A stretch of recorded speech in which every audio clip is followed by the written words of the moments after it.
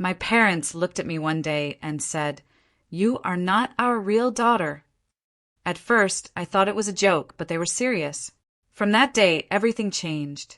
They started treating me like a stranger in my own home. I felt lost, confused, and broken. But deep inside, something didn't feel right, something was missing. Years later, I decided to take a DNA test, just to know the truth. I thought it would give me answers, but instead, it destroyed everything I believed about my life. Because the results didn't just prove I was adopted, they proved my parents had been lying about something much bigger. If you think you know what happens next, trust me, you don't. Before we go further, make sure you like this video, subscribe to the channel, and drop a comment telling me where you're watching from. I always love seeing how far these stories travel around the world. My name is Emily Carter, and the first time my parents told me I was adopted, I was 8 years old. It was a normal evening. Nothing special. My brother Ryan was doing his homework at the table, and my mom was cooking dinner. I remember the smell of tomato soup filling the kitchen. I was sitting on the floor, drawing a house with a big garden and a dog. I was happy. I felt safe. Then my mom looked at me and said it like it was nothing. "You should be grateful, Emily. We chose you. You're adopted." She didn't shout. She didn't even look angry. She just said it like she was telling me what day it was. I stopped drawing. I looked at her and laughed a little because I thought it was a joke. But she didn't laugh back. Ryan didn't even look up from his homework. My dad was sitting on the couch watching TV. He didn't say anything either. That was the moment something inside me changed. I didn't understand everything back then. I didn't know what adoption really meant. But I understood one thing very clearly. I was different. That night, I went to my room and looked in the mirror for a long time. I stared at my face, my eyes, my hair, trying to see what made me not belong. From that day on, everything felt off. Small things started to make sense in a strange way, like why I didn't look like my parents. My mom had blonde hair and blue eyes. My dad had brown hair and green eyes. Ryan looked like both of them. And me? Dark hair, dark eyes, different skin tone. Before that day, I never thought about it. After that day, I couldn't stop thinking about it. At school, when teachers talked about family trees, I would freeze. Other kids would proudly talk about their grandparents, their cousins, their real family. I stayed quiet because I didn't know what was real anymore. At home, things slowly became worse. Not all at once. Not in a big, dramatic way. Just little things. My mom started saying things like, "You should behave better. We didn't have to take you in." Or, "You're lucky we gave you a home." Every time she said it, it felt like a small cut. And those cuts started to add up. Ryan never got those words. He was their real son. I was just the girl they chose. At least, that's what they wanted me to believe. Birthdays were different too. Ryan got big parties, friends, decorations, gifts he actually wanted. My birthdays were small. A simple cake. No friends invited. 1 or 2 gifts. If I ever complained, my mom would say, "You should be thankful you even have a birthday here." I stopped asking for more. I stopped expecting anything. I started becoming quiet, invisible. By the time I was a teenager, I had accepted my role in the house. Ryan was the favorite. I was the extra, the one who should be grateful, the one who shouldn't ask too many questions. But the truth is, I had a lot of questions. I just didn't ask them out loud. I asked them in my head every night. Who are my real parents? Why did they give me away? Did they ever think about me? And the biggest question of all, why do I feel like something is not right? Because deep inside, something didn't make sense. Not just emotionally, logically. I remember one moment very clearly. I was 16. We were at a family gathering. My aunt was there, my cousins, everyone. Someone made a joke about family resemblance. They said Ryan looked exactly like my dad when he was young. Everyone laughed and agreed. Then someone looked at me and said, "Well, Emily doesn't look like anyone here." There was a short silence. My mom quickly smiled and said, "Well, she's adopted." Everyone nodded like it was normal. But then my aunt looked at me, really looked at me. Not in a mean way. In a confused way. She opened her mouth like she wanted to say something. Then she stopped. That moment stayed with me, because it felt like she knew something. Something I didn't. After that day, I started paying more attention. To conversations, to looks, to silence. Because sometimes silence says more than words. I noticed how my parents never talked about my adoption story. No details, no photos, no documents. Whenever I asked simple questions like, where was I born? Or, do you know my real parents? My mom would get annoyed. Why does it matter? She would say. We are your family now. That answer never felt complete. It felt like something was missing, like a page torn out of a book. And I hated that feeling. So I stopped asking them. But I didn't stop searching. I started looking through old boxes in the house, closets, drawers, anything that might give me answers. But I found nothing. No papers, no adoption records, nothing with my name on it from before I was 8. It was like my life didn't exist before that moment. And that scared me, because adoption leaves a trail. There are always records, hospitals, documents, something. But in my case, there was nothing. At 18, I moved out for college. Not because my parents pushed me, but because I needed space. I needed to breathe. Living in that house felt like living in a place where I didn't belong. College was different. For the first time, no one knew I was adopted. I was just Emily, and it felt freeing. I made friends. I laughed more. I started to feel like a normal person. But even then, the questions followed me. They didn't disappear.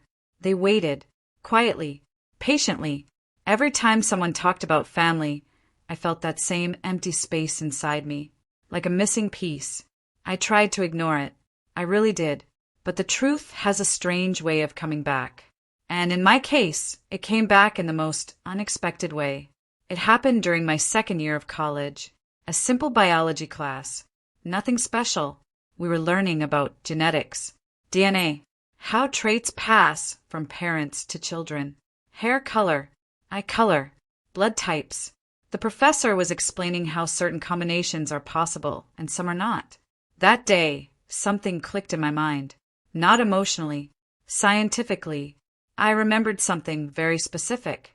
My blood type and my parents' blood types. I had seen them once on a medical form. At the time, it meant nothing, but now it meant everything, because according to what I was learning, it didn't match at all. I felt a strange, cold feeling in my chest. I told myself I was overthinking. I told myself it was just a mistake, but the more I thought about it, the less it made sense. That night, I couldn't sleep. I kept replaying everything in my head. The adoption story with no details, the missing documents, the strange looks, the silence, and now the science didn't match either. For the first time in my life, I considered a possibility that scared me more than anything. What if I wasn't adopted? What if the truth was something else, something bigger, something my parents didn't want me to know? I sat on my bed, staring at the wall, my heart beating fast, because deep inside, I knew one thing for sure. If the DNA didn't match the story, then the story was a lie. And if my parents lied about something this big, then what else were they hiding? I didn't have answers yet, but I knew one thing. I wasn't going to ignore this anymore. I was going to find the truth, no matter how painful it was, no matter what it changed, because I had lived my whole life feeling like I didn't belong. And I was done living like that. I did not tell anyone what I was thinking. Not my friends, not my roommate, not even myself out loud. But inside, everything was changing. The next day after that biology class, I went back to the lecture hall early. I sat in the front row this time. I needed to be sure.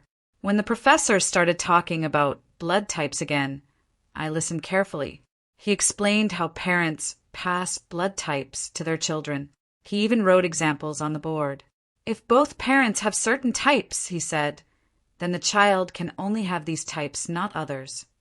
I felt my hands getting cold because I remembered clearly My mom's blood type was A. My dad's blood type was A. And mine was O. I stared at the board. That combination didn't make sense. Not just unlikely. Impossible. I kept telling myself, maybe I remembered wrong. Maybe I mixed something up. So after class, I went straight to the campus clinic. I told the nurse I wanted a simple blood test.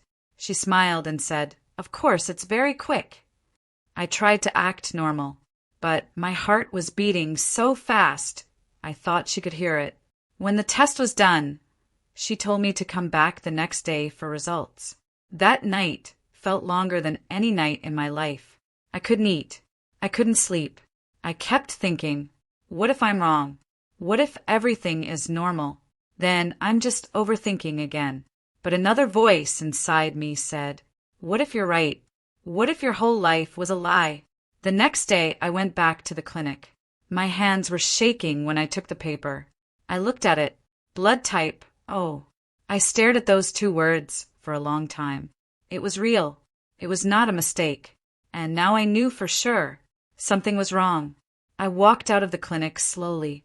Everything around me felt quiet, like the world had paused.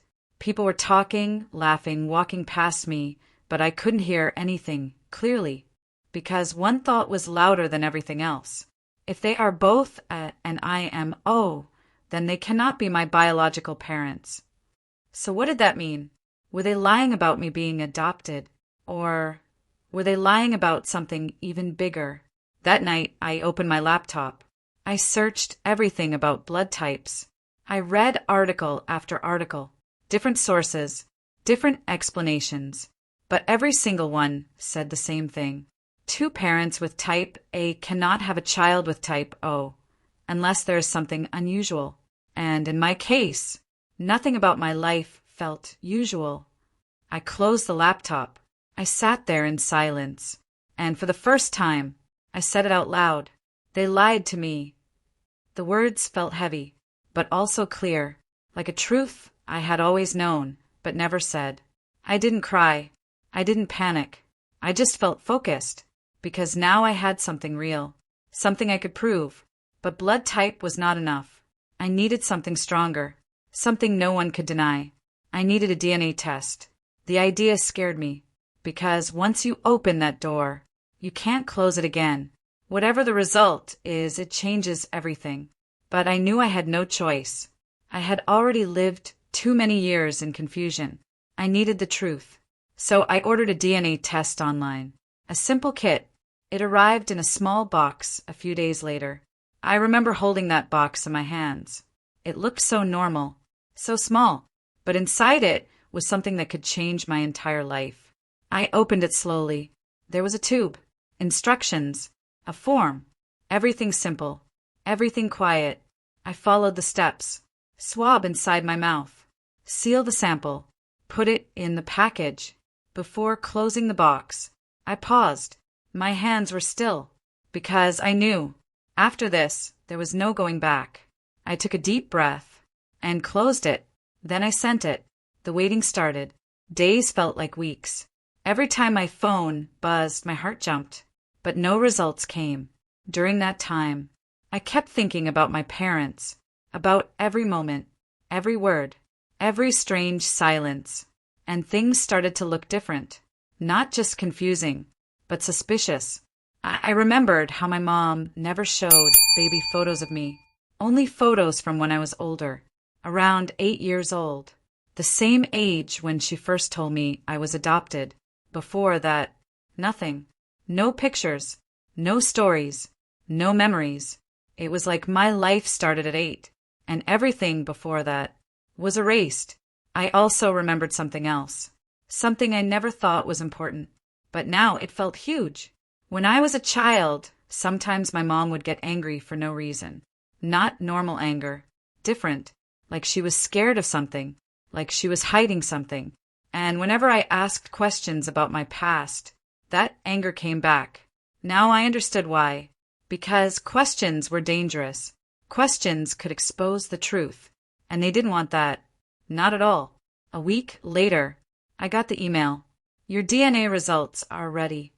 My heart stopped for a second. I stared at the screen. I didn't click it immediately. I just looked at it, because I knew this moment would change everything. Finally, I clicked. The page opened. Loading. Loading. Then the results appeared. I scrolled down slowly, looking for the part that mattered most. Family matches. Parent match. And then I saw it. No direct parent match found. I blinked. I read it again. No direct parent match found. It felt like the air left my body, because that meant one thing. The people I called mom and dad were not my biological parents. Not at all. Not even close. But that was not the end. There was more. I kept scrolling, and then I saw something else. A match. A close match. Possible biological relative. 49% match. My heart started beating fast again. I clicked on it. A name appeared. Sarah Mitchell. I had never heard that name before, but according to the test, she was very close to me. Very, very close. Almost like a mother or an aunt. I stared at the screen, my hand shaking, because now I didn't just know my parents lied. I had proof, real proof, but also a new question appeared. Who is Sarah Mitchell? And why is she connected to me? I leaned back in my chair, my mind racing, because this was no longer just about adoption. This was something bigger, something deeper, something hidden for years. And for the first time, I realized something that made my stomach turn. Maybe my parents didn't just lie. Maybe they stole the truth from me. I closed the laptop slowly, took a deep breath, and whispered to myself, this is not over. Because now I had a name, and with that name, I was going to find the truth, no matter what it cost, no matter who it hurt, because the life I lived was built on lies, and I was finally ready to break them all. I did not sleep that night, not even for 1 minute. I kept thinking about that name, Sarah Mitchell. Who is she? Why was she connected to me? And the biggest question, why did my parents never tell me about her? The next morning, I opened my laptop again. My hands were shaking, but this time I was ready. I typed the name slowly, Sarah Mitchell. Thousands of results appeared. Different people, different profiles. It felt impossible, but I didn't give up. I added more details, city names, age guesses, anything that could help. Hours passed. Then, I found something. A profile. Simple. No big posts. No attention. Just a normal woman. Her name, Sarah Mitchell. Location, only 2 hours away from my college. My heart started beating fast. I clicked on her photos, and the moment I saw her face, I froze, because for the first time in my life, I saw someone who looked like me. Same eyes, same nose, same smile. It felt unreal, like looking into a mirror, but older. I leaned closer to the screen, my eyes filled with tears, not from sadness, but from something else. Recognition. For 20 years, I never looked like anyone. And now, there she was. I whispered, "Is this my mother?" The word felt strange. Mother. Because the woman I called Mom was starting to feel like a stranger. I closed the laptop, walked around the room, sat down again, stood up again. I didn't know what to do. Should I message her? What if I'm wrong? What if I ruin her life? What if she doesn't know about me? So many questions. But one thing was clear. I couldn't ignore this. Not anymore. After a long time, I sat down again, opened her profile, and clicked message. My fingers stayed on the keyboard for a long time. I didn't know how to start. What do you even say in a moment like this? Hi, I think you might be my real mother. It sounded crazy, but it was the truth. So I took a deep breath and started typing. Hi, my name is Emily. I'm sorry if this sounds strange, but I recently did a DNA test, and your name came up as a close match. I'm trying to understand my past, and I was hoping we could talk. I read the message 5 times. Then I sent it, and just like that, everything changed again. The waiting started. Minutes felt like hours. Hours felt like days. I kept checking my phone. Nothing. No reply. I told myself maybe she didn't see it. Maybe she was busy. Or maybe she didn't want to reply. That thought hurt more than I expected. Because deep inside, I already felt connected to her, even without knowing her. 2 days passed. Still nothing. On the third day, I got a notification. My heart jumped. It was her. My hands were shaking as I opened the message. It was short, very short. Emily, I think we need to talk. Can we meet? I stared at those words. Again and again. She didn't say no. She didn't deny anything. She didn't ask questions. She just said, we need to talk. That meant something. Something important. I replied quickly. Yes. Anytime. Anywhere. She sent me a location. A small cafe. Halfway between us. The meeting was set for the next day. That night, I couldn't breathe properly. My chest felt tight. Because tomorrow, I might meet the person who gave birth to me. Or I might find out something even more shocking. The next day, I got ready early. I looked at myself in the mirror for a long time, trying to understand who I really was. Because for years, I didn't know. And now, I was about to find out. The drive to the cafe felt long, even though it was not. Every minute felt heavy. My mind kept running. What if she doesn't recognize me? What if she lies? What if everything gets worse? I finally arrived. I sat in my car for a few minutes, taking deep breaths. Then I stepped out, walked inside. The cafe was quiet, soft music, few people. And then I saw her, sitting near the window. Sarah Mitchell. She looked exactly like her photos, but in real life, it was different, more real, more emotional. She looked at me, and in that moment, I saw it. Shock, recognition, and something else. Guilt. I walked slowly toward her. She stood up. For a few seconds, we just looked at each other. No words, just silence. Then she said softly, Emily. I nodded. Yes. Her eyes filled with tears. She sat down again quickly, like her legs were weak. I sat across from her. My heart was racing. Neither of us spoke for a moment. Then she took a deep breath and said something that changed everything. I've been waiting for this day for years. I felt a cold wave go through my body. Waiting? I asked. She nodded slowly. Yes, but I never thought it would happen like this. I leaned forward, my voice shaking. Do you know who I am? She looked at me, straight into my eyes, and said, yes. That one word hit me hard, because it meant she knew everything. Then tell me, I said. Please just tell me the truth. She closed her eyes for a moment, like she was preparing herself. Then she opened them again and spoke slowly. You are my daughter. Tears filled my eyes instantly, but I didn't cry. Not yet, because I needed more. How? I asked. What happened? Her hands were shaking. She held her cup tightly. I didn't give you away, she said. I never did. My heart stopped, because that sentence changed everything again. What do you mean? I asked. If you didn't give me away, then how did I end up with them? She looked down, tears falling from her eyes now, and then she said the words that made my world fall apart. They took you. I froze. What? They took you, she repeated, from the hospital. Everything inside me went silent, because now, this was no longer just a lie. This was something much darker, much deeper. Who? I whispered.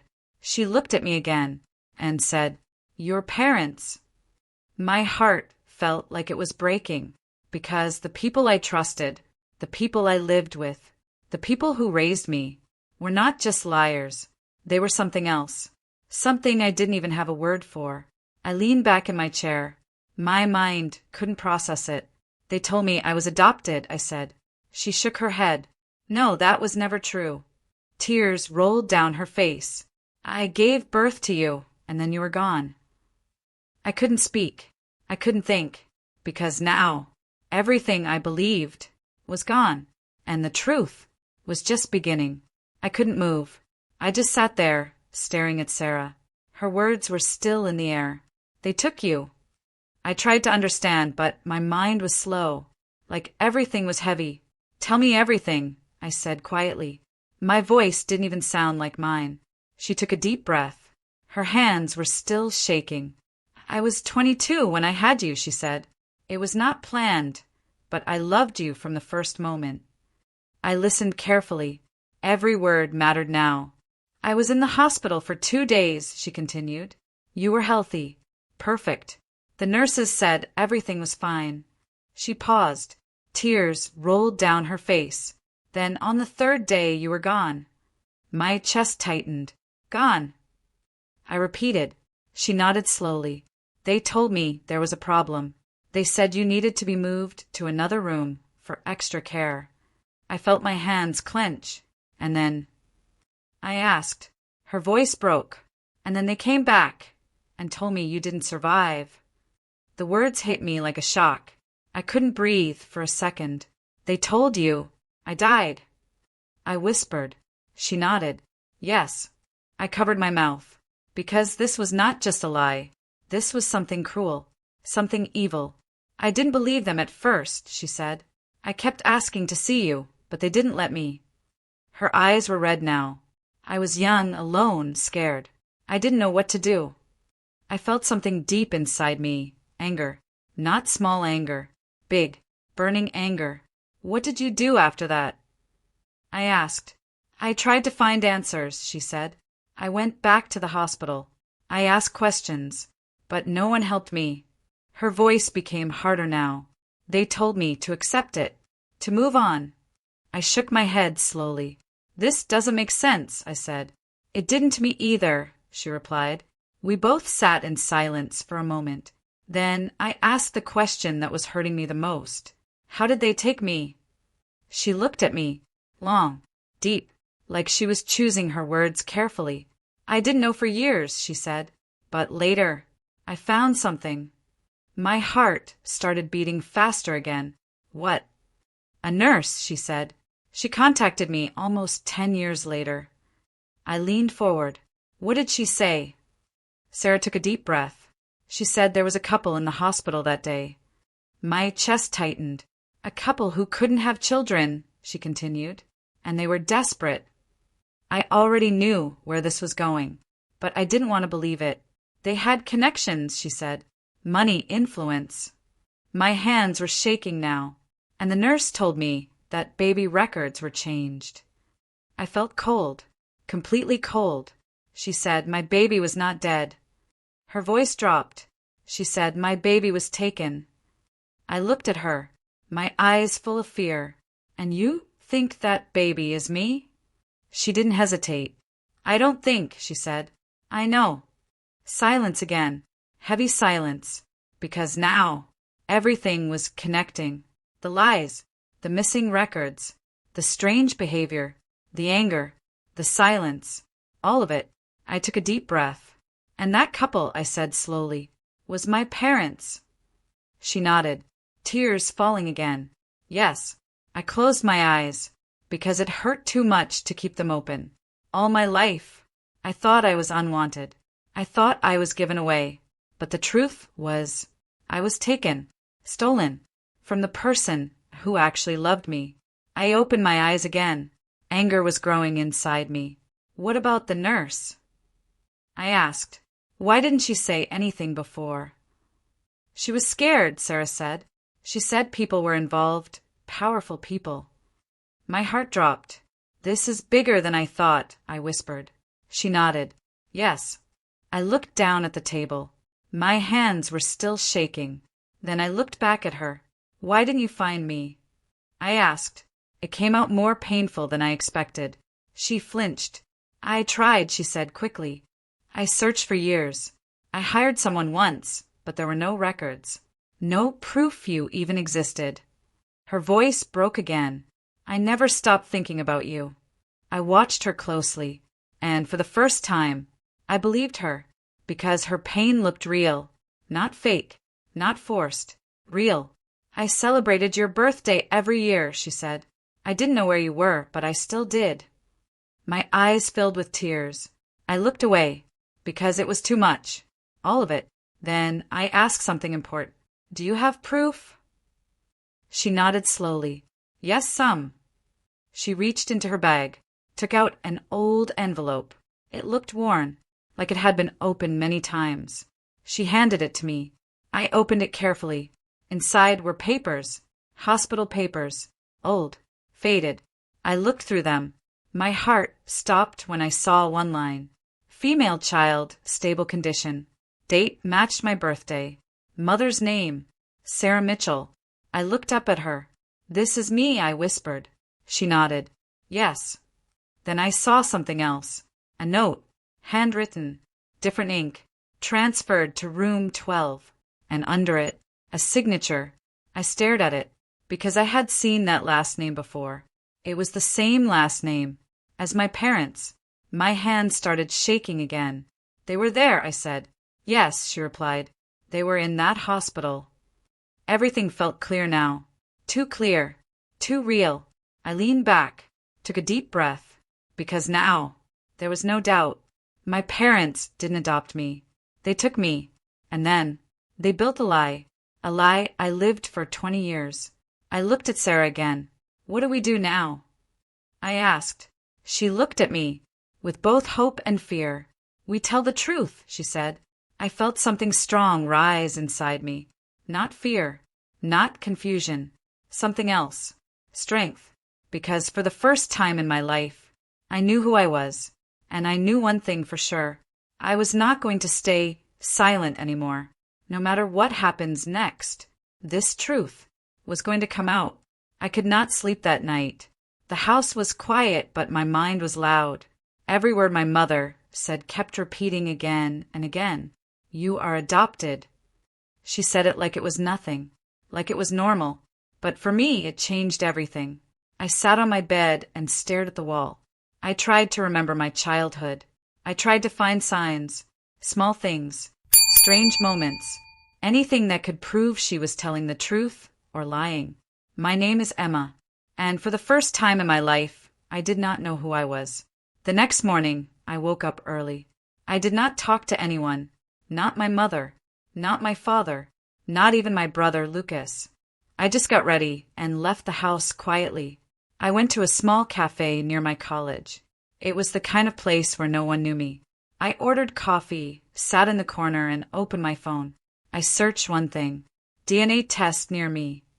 My hands were shaking. I did not know what I was hoping for. Maybe I wanted proof that my mother was lying. Maybe I wanted to feel safe again. But deep inside, I was scared of the truth. I found a local clinic. They did quick DNA tests. Results in a few days. I stared at the address for a long time. Then I stood up and went. The clinic was small and quiet. White walls, soft lights. A woman at the front desk smiled at me. Hi, how can I help you? I hesitated for a second, then said, I want a DNA test. She nodded like it was normal, like people came here every day with broken lives and questions. She gave me a form to fill. Name, Emma Carter. Age, 23. Reason, personal. I stopped at that last word. Personal. Yeah, this was very personal. After a few minutes, they called my name. A nurse took me into a small room. She was kind, gentle voice. It's just a simple cheek swab, she said. It won't hurt. I nodded. She took the sample. It was quick, too quick. And just like that, it was done. You'll get your results in 3 to 5 days, she said. 3 to 5 days. It sounded like forever. I left the clinic and stood outside for a long time. Cars were passing. People were walking. Everything looked normal. But my world was not normal anymore. When I got home, my mother was in the kitchen. She looked at me. Where were you? I paused, then said, out. She narrowed her eyes. You should not stay out without telling me. I almost laughed. Now she cares? But I said nothing. I just walked past her and went to my room. That day, No one talked about what happened last night. Not my mother. Not my father. It was like nothing happened, but everything had changed. That night, I heard my parents talking in their room. Their voices were low, but I could hear some words. "You shouldn't have told her," my father said. "I had no choice," my mother replied. "She is not ready. She is 23, Mark. When will she be ready?" Silence. Then my father said something that made my heart stop. "What if she finds out everything?" Everything. What everything? I moved closer to the door, trying to hear more. But then, silence again. I went back to my bed slowly. Now I was sure. They were hiding something. And this was bigger than just adoption. The next few days felt heavy. Every moment was slow. Every second felt like waiting for something bad. At college, I could not focus. My friends talked to me, but I did not listen. My teacher asked questions, but I had no answers. My best friend, Lily, noticed. "Emma, are you okay?" I forced a smile. "Yeah, just tired." She did not believe me. "You look different," she said softly. I looked away. "I'm fine." But I was not fine. On the third day, I got a message. "Your DNA results are ready." My heart started beating fast. This was it. The truth. I sat on my bed, holding my phone. My hands were cold. I did not open the message for a full minute. Then, slowly, I tapped it. There was a link. I clicked. The page opened. I scrolled down. My eyes moved fast, searching for one thing. Match percentage. Parent 1, 0%. Parent 2, 0%. I froze. 0. Both. My breath stopped. That meant they were not my parents. Not even one of them. I felt like the ground disappeared under me. My whole life was a lie. Tears filled my eyes, but I did not cry. Not yet. I kept reading. There was more. Possible biological matches. Names I did not know. Faces I had never seen. People who could be my real family. My head started spinning. I dropped the phone on the bed. No, no, no. This could not be real. But it was. At that moment, something inside me broke. Not loudly. Not suddenly. Just quietly, like a glass cracking slowly. I stood up and walked to the mirror. I looked at my face, my eyes, my hair, my skin. "Who am I?" I whispered. "Who are you?" But there was no answer. That evening, my mother called me for dinner. I walked to the table slowly. She was serving food like everything was normal. My father was quiet. Lucas was on his phone. I sat down. For a few seconds, no one spoke. Then my mother said, "Eat before it gets cold." I looked at her. Really? That's what she says? After everything? I took a deep breath. Then I said it. I did a DNA test. Silence. Complete silence. My father looked up. My mother froze. Lucas slowly put his phone down. "And?" my mother asked, trying to stay calm. I looked straight into her eyes. "You lied." Her face changed. Not shocked. Not surprised. Just tense. "They are not my parents," I continued. "Both 0%. Lucas looked confused. What are you talking about?" I ignored him. I kept looking at her. "Why?" I asked. "Why did you lie about everything?" My father stood up suddenly. "Emma, calm down." "No." I shouted. "Don't tell me to calm down. I deserve answers." My voice was shaking now. Tears were in my eyes. "I lived 23 years thinking you were my parents, and now I find out I don't even know who I am." My mother finally spoke. "Sit down." Her voice was cold, controlled. That scared me more. "I'm not sitting down," I said. She stood up slowly, then listened carefully. The room felt heavy. Even the air felt different. She looked at me and said something that made everything even worse. "You were never supposed to find out this way." My heart dropped. "What does that mean?" She took a deep breath. Then she said, "Because adoption is not the full story." My hand started shaking again. "What do you mean?" She looked at my father. He looked away. Then she looked back at me. There is more you don't know. My chest felt tight. How much more?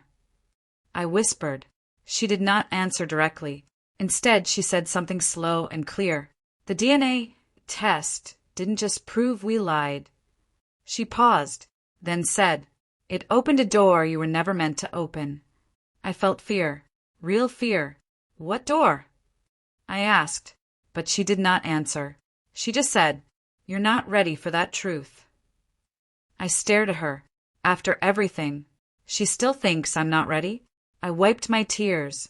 "No," I said softly. "I'm already inside it." Silence again. Heavy. Cold. And for the first time, I saw fear in her eyes. Not anger. Not control. Fear. And that's when I knew, whatever they were hiding was bigger than I imagined. I did not sleep that night either. The words my mother said kept playing in my mind. "You were never supposed to find out this way. Adoption is not the full story." What does that even mean? How can something be bigger than this? I sat on the floor next to my bed, holding my phone. The DNA results were still open. Those 0% felt like they were burning into my eyes. I was not their daughter, not even a little. Then who am I? And why are they so scared? The next morning, I made a decision. I could not wait for them to tell me the truth, because now I knew they would never tell me everything. I had to find it myself. I opened the DNA website again. This time, I did not just look at my parents' results. I scrolled down to the section that said possible relatives. There were names, strangers, but maybe not strangers. One name caught my eye. Rachel Monroe, 49% match. My heart started beating fast. 49%, that is not small. That means close family. Maybe my real mother? My hands were shaking as I clicked her profile. There was a small picture. A woman in her 40s. Brown hair. Soft eyes. Something about her face felt familiar. I don't know why, but I felt something. There was a button. Send message. I stared at it for a long time. What do I even say? "Hi, I think you might be my real mother." It sounded crazy, but this whole situation was crazy. I took a deep breath and typed, "Hi, my name is Emma. I just got my DNA results. It says we are 49% match. I don't know what this means yet, but I think we might be related. I would really like to talk if you are open to it." I read it 3 times. Then I pressed send, and just like that, another step was taken. Now I had to wait again. Waiting was becoming the hardest part of my life. I closed my phone and looked around my room. Everything felt different now. The walls, the photos, even the bed I was sitting on. Nothing felt like mine anymore. Because if this is not my family, then this is not my home. That thought hurt more than anything. Later that day, Lucas came into my room. He closed the door behind him. "What's going on?" he asked. His voice was serious. I looked at him. For a moment, I felt something strange. We grew up together. We laughed together. We fought like real siblings. But now, we are not even related. "I did a DNA test," I said again. "I heard," he replied. "Mom told me." "Of course she did." "And," he asked. "They are not my parents," I said quietly. He looked shocked. "Not even Dad?" I shook my head. 0%. He sat down slowly. That's crazy." There was silence. Then he looked at me and said something that surprised me. "You're still my sister." I looked at him. "Really? After everything? You don't even care?" I asked. "I do care," he said. "But you're still Emma. Nothing changes that." For the first time in days, I felt a little warmth.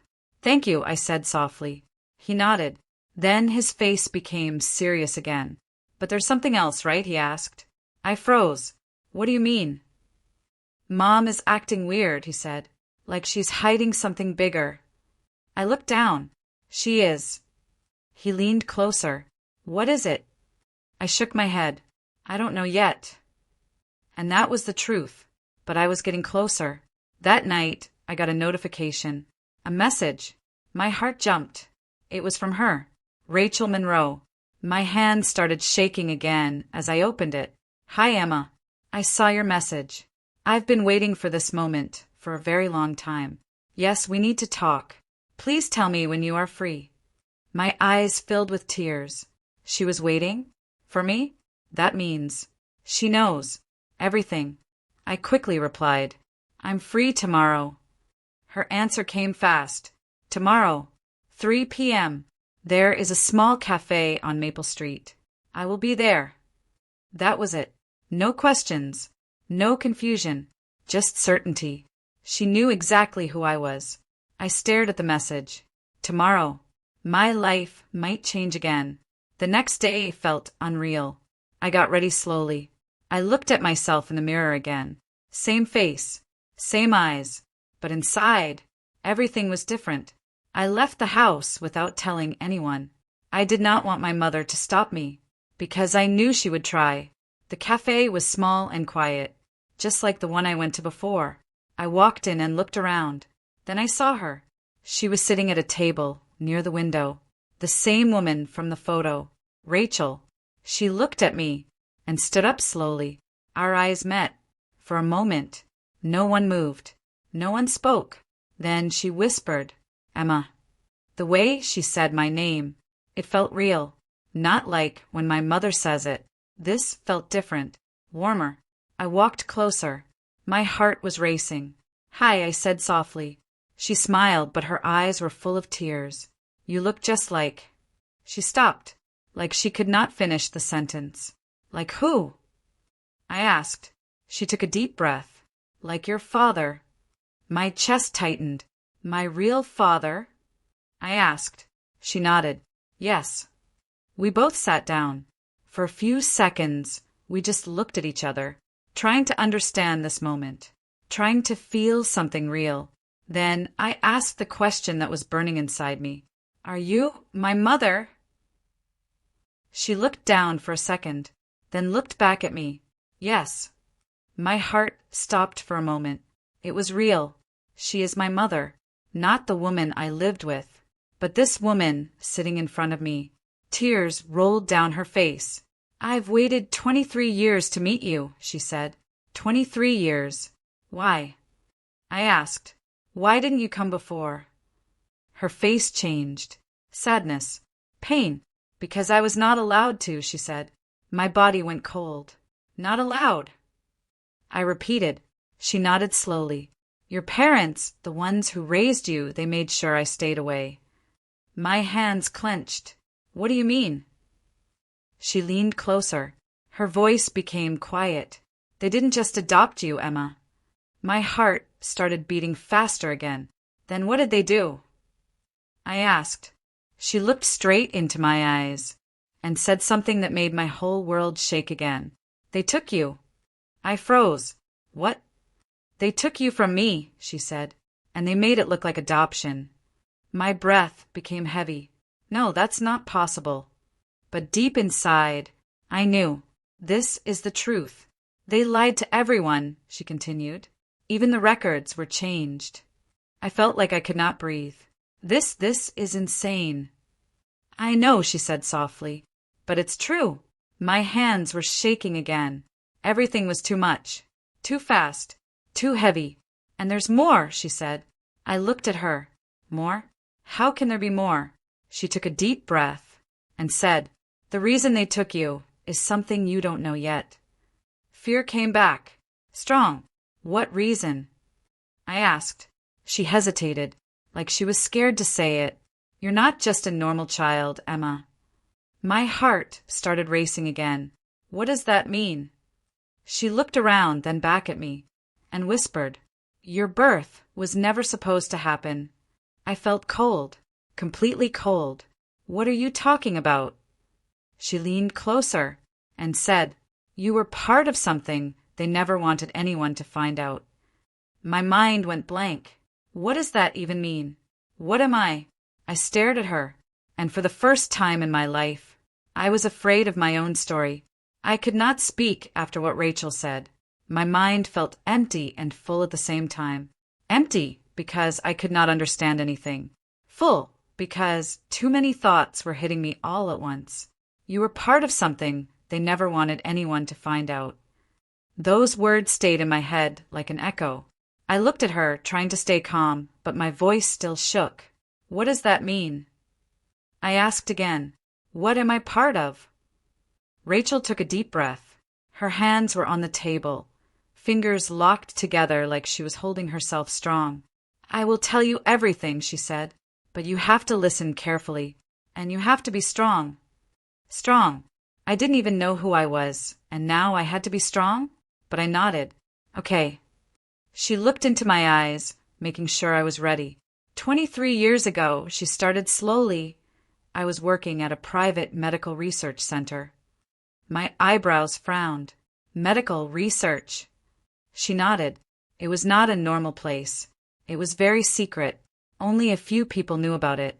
They were working on something new, something big. My heart started beating faster again. What kind of work? I asked. She hesitated, then said, they were trying to create perfect children. I froze. What? It sounds crazy, she said quickly. I know, but it's true. They were studying DNA, trying to remove diseases, trying to improve intelligence, beauty, strength. I could not believe what I was hearing. This is like a movie, I said. I wish it was, she replied softly. I leaned back in my chair, trying to process this. And I was part of this. I asked slowly. She nodded. Yes. My chest felt tight again. You were one of the first successful results. The words hit me like a shock. Result. I whispered. I was not just a worker there, she continued. I was also part of the experiment. My eyes widened. What do you mean? I volunteered, she said. They needed someone to carry the child. Someone healthy. My heart dropped. You carried me? Yes. And my father? She paused. He was part of the research team. Everything felt unreal.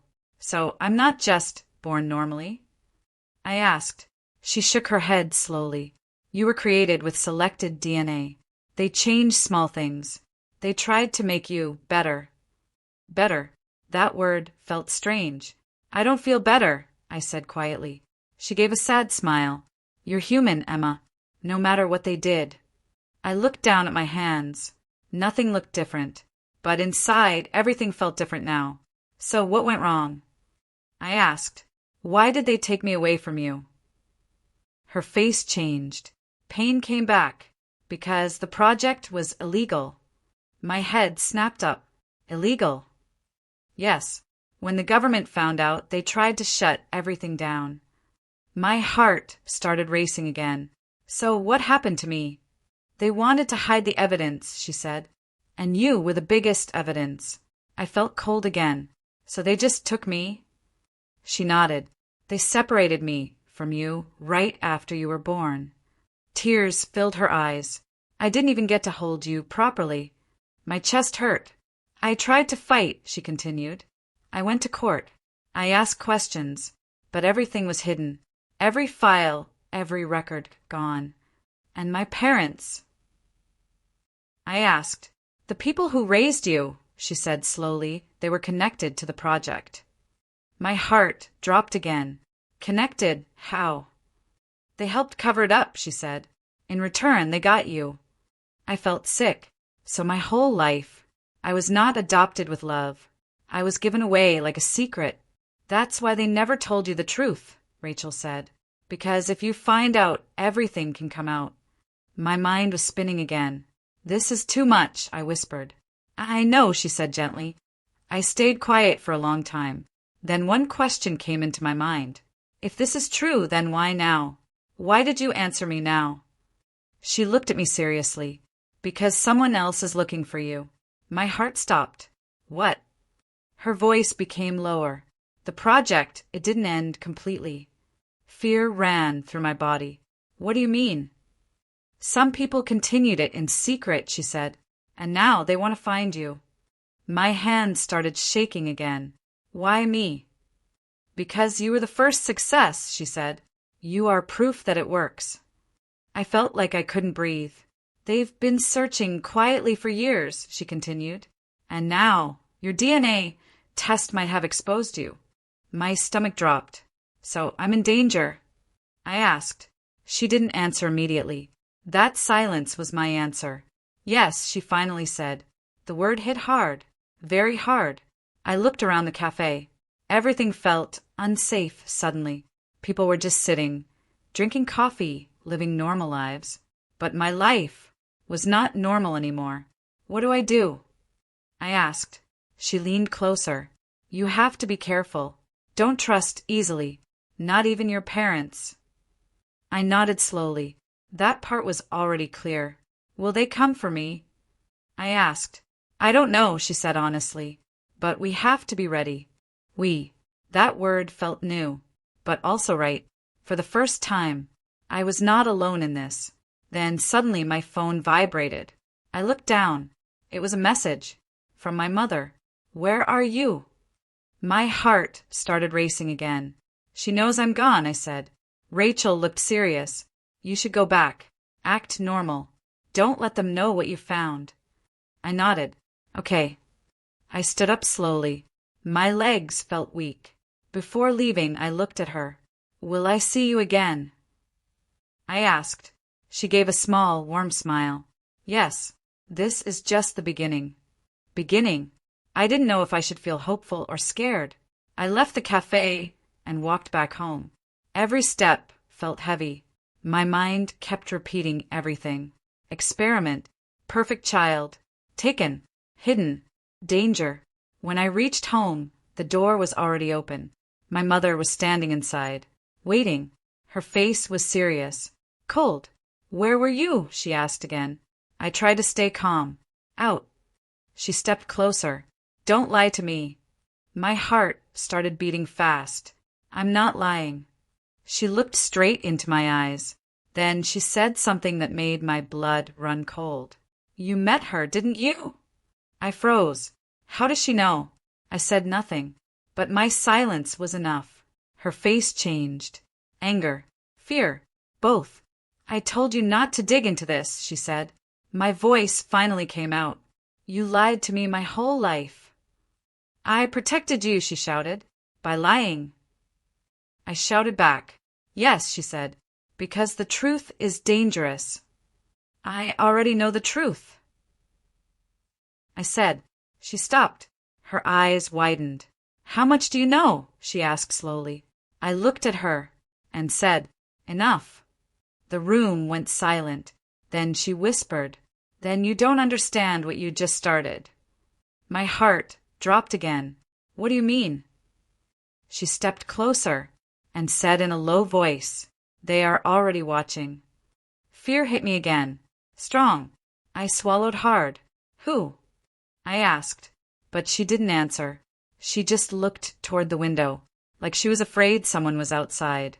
And for the first time, I felt it too, like someone was really watching me. I stood there, frozen, looking at my mother. Or maybe I should stop calling her that. Her eyes were on the window, like she was scared of something outside.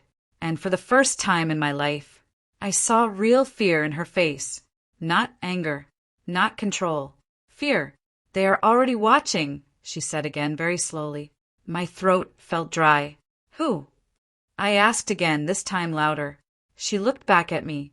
They are the people who started all this, she said. The ones who never wanted the truth to come out. My heart was beating so fast I could hear it in my ears. The project, I whispered. She nodded. Yes. I took a step back. So everything Rachel said is true? Her face changed when I said that name. Rachel, she repeated quietly. For a moment, something like guilt passed through her eyes. Then it disappeared. She should have stayed away, she said. She is my real mother, I said. Silence. Heavy silence. Then she said something I did not expect. I know. My body went still. You know. She nodded slowly. I always knew. That hit me hard. So you knew who she was and still kept me away from her? I did what I had to do, she said. No, I said, shaking my head. You did what was easy for you. Her face tightened. You think this was easy? She asked. You think raising you was simple. I looked straight at her.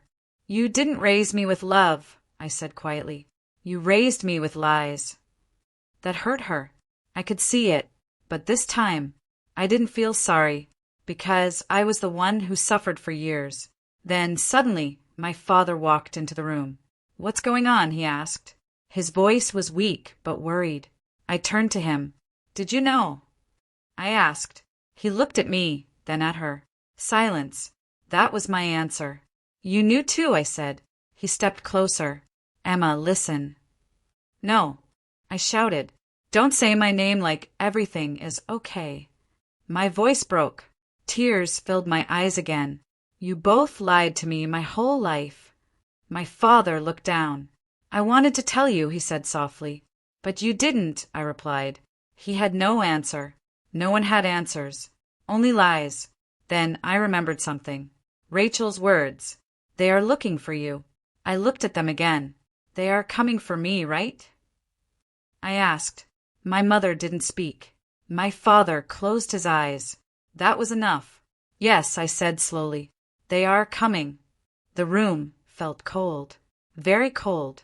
"What do they want?" I asked. My mother finally spoke. "They want to take you back." My heart dropped. "Take me where?" "To continue what they started." Fear ran through my body. "No," I whispered. "Yes," she said. "To them, you are not a person. You are a result. A success." I shook my head. "I'm not going anywhere." "You don't have a choice," she said. That made something inside me snap. "No," I said again, stronger this time. "I do have a choice." For the first time, I felt something new. Not fear. Strength. I looked at both of them. "You made your choices 23 years ago," I said. "Now it's my turn." My mother stepped closer. "You don't understand how dangerous this is." "I understand enough," I replied. Then suddenly, we heard a sound. A car stopping outside. All three of us froze. My mother slowly turned toward the window. "They're here," she whispered. My heart started racing again. This was real. Too real. My father grabbed my arm. "Emma, go to your room," he said. "No," I said. "I'm not hiding." The sound of footsteps came closer. Then, a knock on the door. Slow. Heavy. Everyone stopped breathing. Another knock. Stronger this time. My mother closed her eyes for a second. Then she opened the door. 2 men were standing outside. Black suits. Serious faces. No emotion. "Good evening," one of them said calmly. "We're here for Emma." My heart dropped. They said my name like they owned it. My mother stood in front of them. "She's not here," she said. They looked past her, like they already knew she was lying. "Please don't make this difficult," the second man said. I stepped forward. "I'm here." My father tried to stop me. "Emma." But I moved past him. I looked at the men. "What do you want?" The first man looked at me carefully, almost like he was studying me. "We want to help you," he said. I almost laughed. "Help me." I repeated. "Yes," he said. "You are special. You were created for a reason." "I'm not your project," I said. His face didn't change. "You don't understand yet," he replied. "Then explain," I said. He paused and said, "Your DNA holds answers we still need." I felt angry now. Not scared. Angry. "I'm not giving you anything," I said. The second man stepped forward. "You don't have a choice." Wrong. This time they were wrong. I looked at my mother, at my father, at the house I grew up in. All lies. All fake. Then I looked back at them. "I already made my choice," I said. Silence. Then the first man sighed. "Very well," he said. He reached into his pocket. My heart jumped. But before he could do anything, a voice came from behind. "Don't move." We all turned. Rachel. She was standing at the gate. And she was not alone. 2 police officers were with her. The men in black suits froze. Rachel walked closer. Her eyes were strong, confident. "You're done hiding," she said to them. The officers stepped forward. "Hands where we can see them." For the first time, the men looked unsure. Everything changed in that moment. They were not in control anymore. The officers took them away. Just like that. It was over. Or at least that part of it. I stood there, trying to understand what just happened. Rachel walked up to me. "You're safe," she said softly. Safe. That word felt new. Different. I looked at her. Then at my parents. No, not my parents anymore. Just people who raised me with lies. "What happens now?" I asked. Rachel smiled gently. "Now you get to choose your life." I felt something warm in my chest. For the first time in my life, I had a choice. I took a deep breath, and I made it. "I want the truth," I said. "All of it." She nodded. "You'll have it." I looked at the sky, the same sky I saw every day. But today, everything was different. I was not their secret anymore. I was not their project. I was not their lie. I was me. And for the first time, I finally knew it. This was not the end of my story. This was the beginning of the real one. And that's how everything changed, not in one moment, but in many small truths finally coming together. I spent years believing I was someone I was not, living in a story that was never fully mine. But the truth, no matter how hidden, always finds a way to come out. I lost a past built on lies, but I gained something far more powerful. My real identity, my voice, and my choice to decide who I want to be. And maybe that's the biggest lesson of all. Sometimes the most painful truths don't break you, they set you free. If this story touched your heart, don't forget to like this video and subscribe to the channel for more real, emotional stories like this.